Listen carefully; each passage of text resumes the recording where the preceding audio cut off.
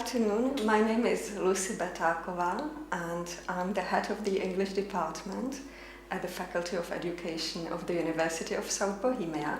And we are here in my office in České Budějovice, and I'm here with my former students, Andrea and Petra. So before you started the project, Petra, were you afraid of the learners, or what were your expectations? I was a little bit afraid of it, but finally it was better and more pleasant than I expected. Yes, I didn't know if I can communicate with them well, or I didn't know anything about them, so it was a little bit difficult, but finally it was very nice and pleasant. For me, it was the first experience, not only teaching English, but also teaching English to handicapped people. So it was quite difficult at the beginning. I was afraid of it, but then I realized that it was natural and these people are friendly, and it was fine. So our university took part in Vivace between years 2006 and 2009. And as you already know, the main aim of the project was to bring languages to marginalized sectors. When we started working with those groups of people who never had any access to language learning, it was obvious that the organizations were quite reluctant, that they didn't believe that these people could benefit.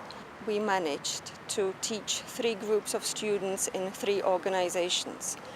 One of them was ARPIDA, which is a center for children with various types of handicap.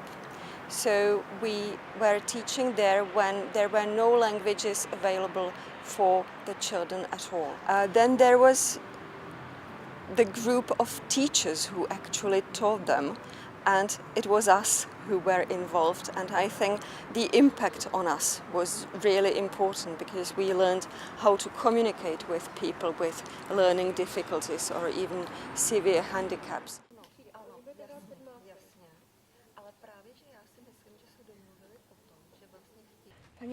Good morning. When we started to work on the Vivace project, which is already 5 years ago, you were for the first time trying to introduce English into your class.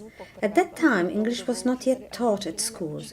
Could you tell me how important it was for you and the children, and also for the ARPIDA project for the future? As you said, it was for the first time. At that time, curriculum did not offer English, and therefore, for majority of the children, it was their first experience in learning to communicate in English. By having been taught basic vocabulary for colors, fruit, and English customs. So for them it was very attractive. They liked the lessons very much, and in fact majority of those children continued learning English in the ARPIDA center afterwards. I am talking to Mr. Kolář, who is the deputy head of the ARPIDA center. Mr. Kolář, could you please tell us something about the educational study programs in ARPIDA? Yes, in 2007 the concept of curriculum has changed for pupils in mainstream schools and special schools, which meant that we have gradually introduced in so-called educational study plan. And in these plans, learning English was already embedded for both mainstream schools and special needs schools. Later on, the need to change the curriculum for secondary schools and special schools, these 2-year special schools we have, was also introduced, and English became compulsory and taught since last year.